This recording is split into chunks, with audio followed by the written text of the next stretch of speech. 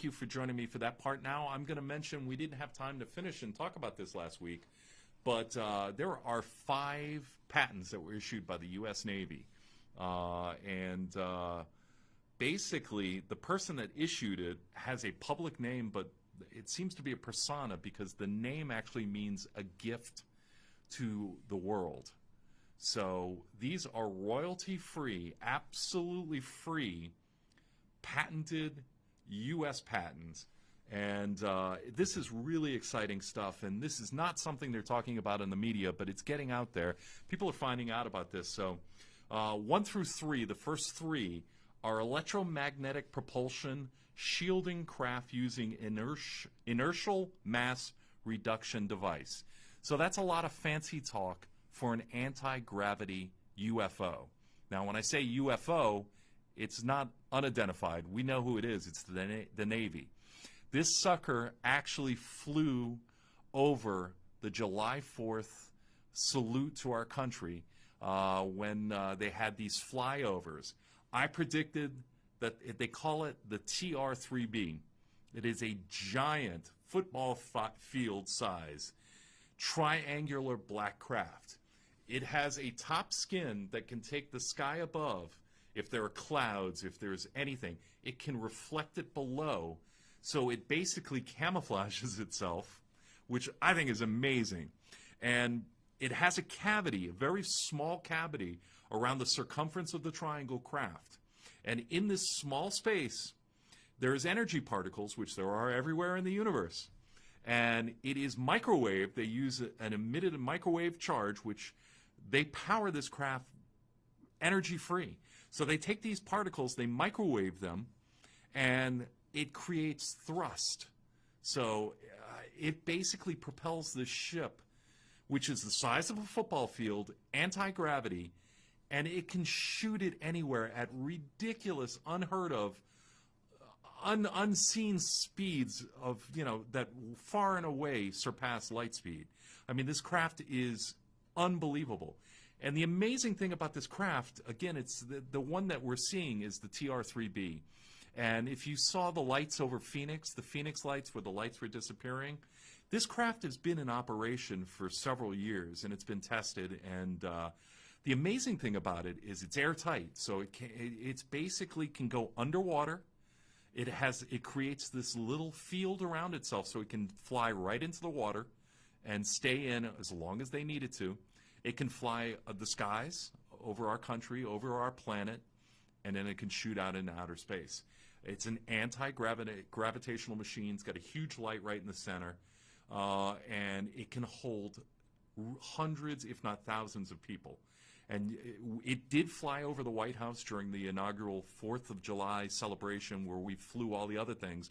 We flew a bunch of other military planes and helicopters and everything over the processional cycle that we had, not to be confused with the regular processional cycle. But everything was flying at a low, they were probably, I don't know, 10,000 feet off the ground, 8,000 feet, 7,000 feet off the ground. I really don't know. This thing was flying at 25,000 feet with 2 fighter jets next to it, and then it camouflaged half itself as it flew over, and the cameras pulled away. If you go up and look at the TR-3B, there's some great photos and videos of it flying out there. So the first 3 Navy patents that are issued, you can start building this thing right now if you have the supplies and the technology. The second one, the fourth one, is a room temperature superconductor. It can hold massive energy storage. So it's a room temperature superconductor that can act as almost like a nuclear reactor and can power everything on basically sustainable free energy. The other one, the fifth one, is free energy and nuclear fusion machine. That's about this big, points at itself. It's kind of like if you saw our guest from the college that we had on. Yeah, Dr. Heidi and her husband. My brain shut off. But I was holding this machine, and it generated intense heat in the little bit of space that I was doing. And it had the heads pointing to each other. It's basically a zero-energy machine, which you use to meditate. And I want to really play around with that thing soon, by the way. I hope they're watching tonight. but free energy for everybody. And this can be transmitted wirelessly.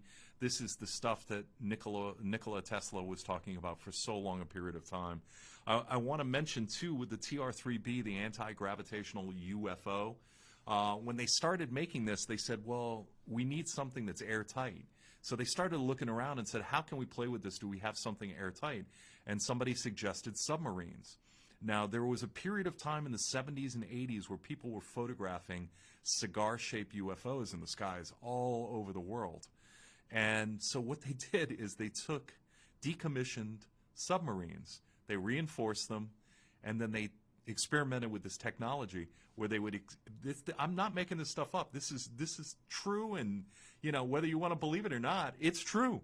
They took submarines, they retrofitted it with this new technology, and they started flying submarines out of the water on a USO, an unidentified submersible object, flew it into space and flew it through our skies.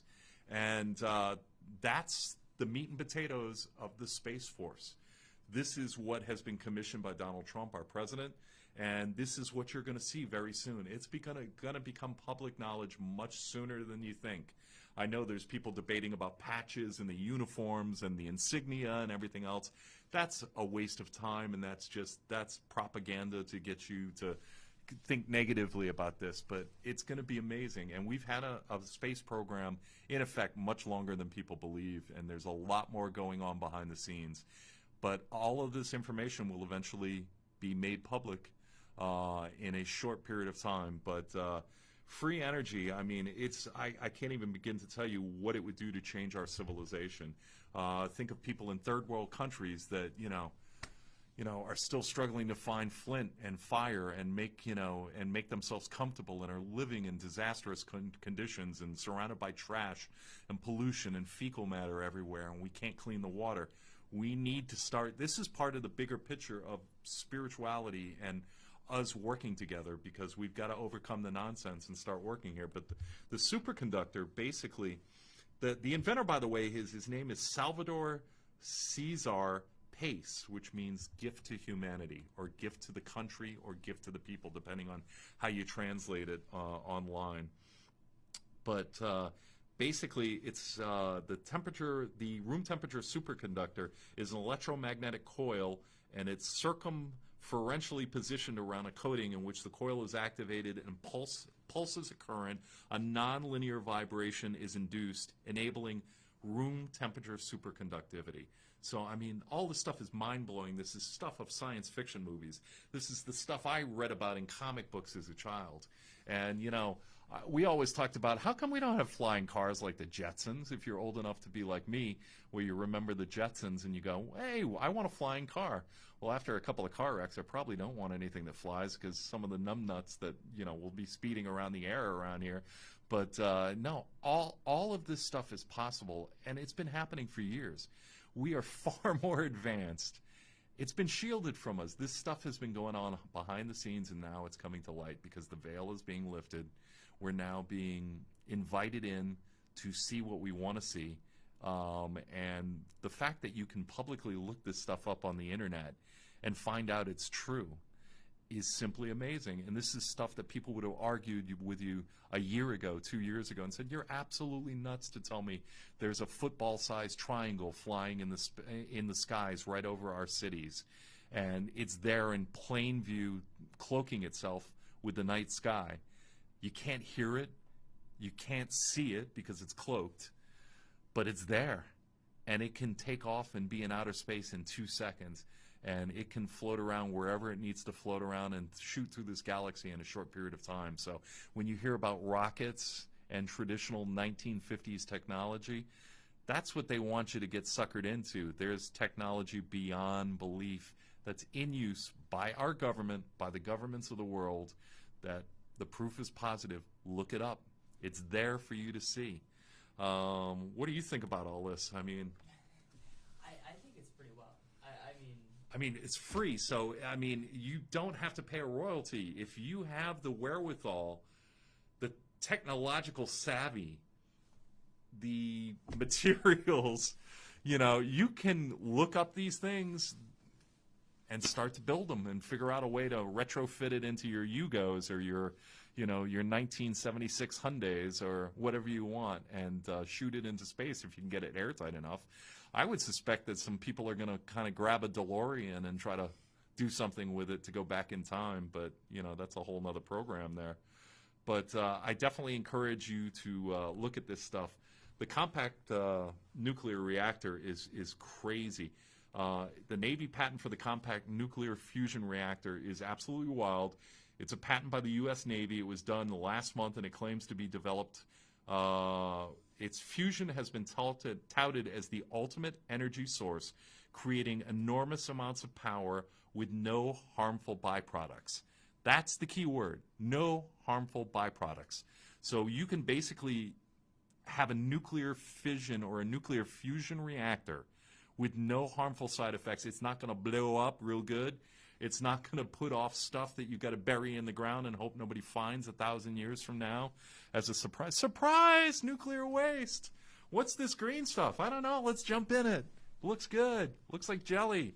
No, I mean, they've longed to create, our scientists, to create a perfect energy source, ideal. The source would eventually replace greenhouse gas spewing fossil fuels. They would power our cars, our boats, our planes, our space cars, and send spacecraft to remote parts of the universe. Nuclear fusion energy has seemed like the most likely option to help us get to these goals. Well, we're here. We're here. The reality is now. So amazing stuff, but you got to check out some of the videos on the TR-3B. There's a lot of videotape of this thing all over the world. A lot of sightings in Australia. We have a super secret base in Australia that a lot of people don't talk about, but we share.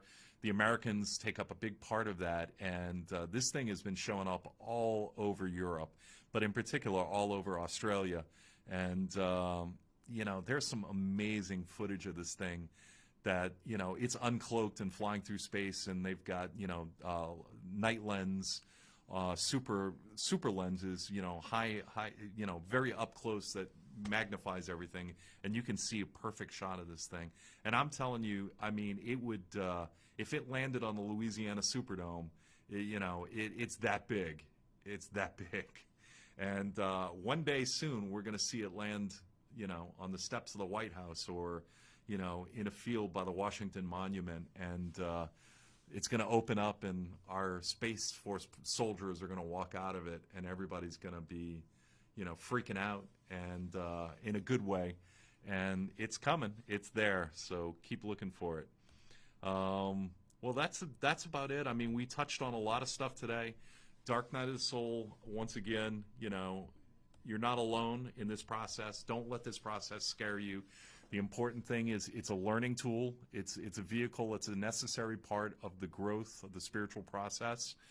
Don't give in to the dark side, as Luke would say, or someone would say, or I guess Obi-Wan Kenobi, huh? Obi-Wan Kenobi said that.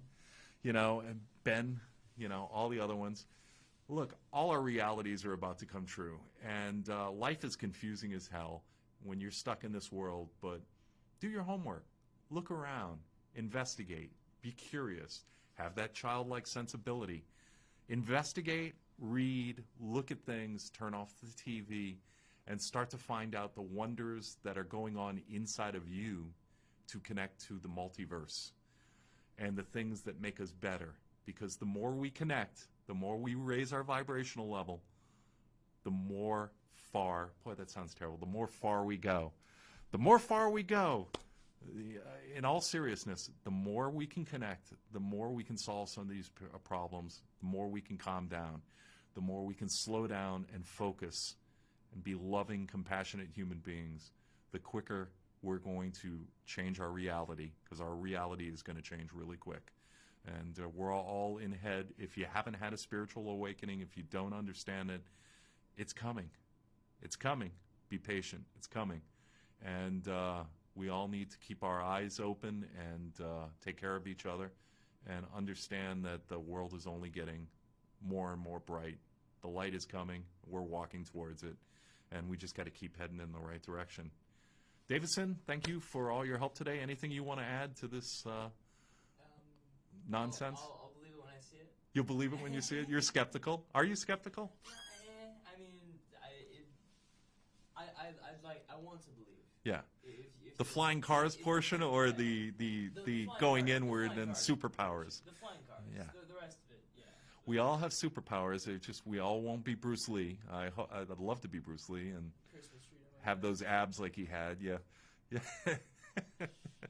But, we just got to keep working at it. And I want to thank you for your help tonight, as always, with our shows. And we're about to wrap it up. I don't know next week's topic. We will be heading next week. We're going to Bobby Mackey's House of Terror, Bobby Mackey's Honky Tonk Country Honky Tonk Bar. It's a closed bar, and a lot of people have seen this on a lot of TV shows, but the portal of hell is in the basement, and really, when I get there, I'm going right to the portal of hell.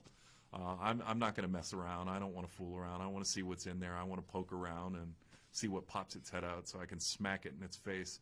But we're going to hang out there for a whole evening, spend the night there. That's Sunday. Monday, we're going to the Waverly Sanatorium, which is considered one of the most haunted places on earth. This is in Lexington, or right outside of Lexington, Kentucky. And we're going to be spending the night there as well. We've got a big crew coming. And when we come back, we're going to try to have as much video and as much information. And I really want to invite all the people that are coming on the trip to sit behind us. And I don't know if the new studio will be ready by that point, but we're fixing up the studio and a lot of improvements, and look for things to continue to grow on the show. But we're going to have everybody here, and we're going to talk about our experiences. And George will be here to talk about things that go bump in the night. So next week we'll probably talk about that a little bit and some other subject matter in the world of spirituality, exopolitical, conspiracy theories, and metaphysics. So that's it. My name is Paul Bibeau, signing off for the night for Innerstanding. And as always, love, light, and a lot of laughter. Take it easy out there. Raise that vibe. Tap into the frequency. Thank you.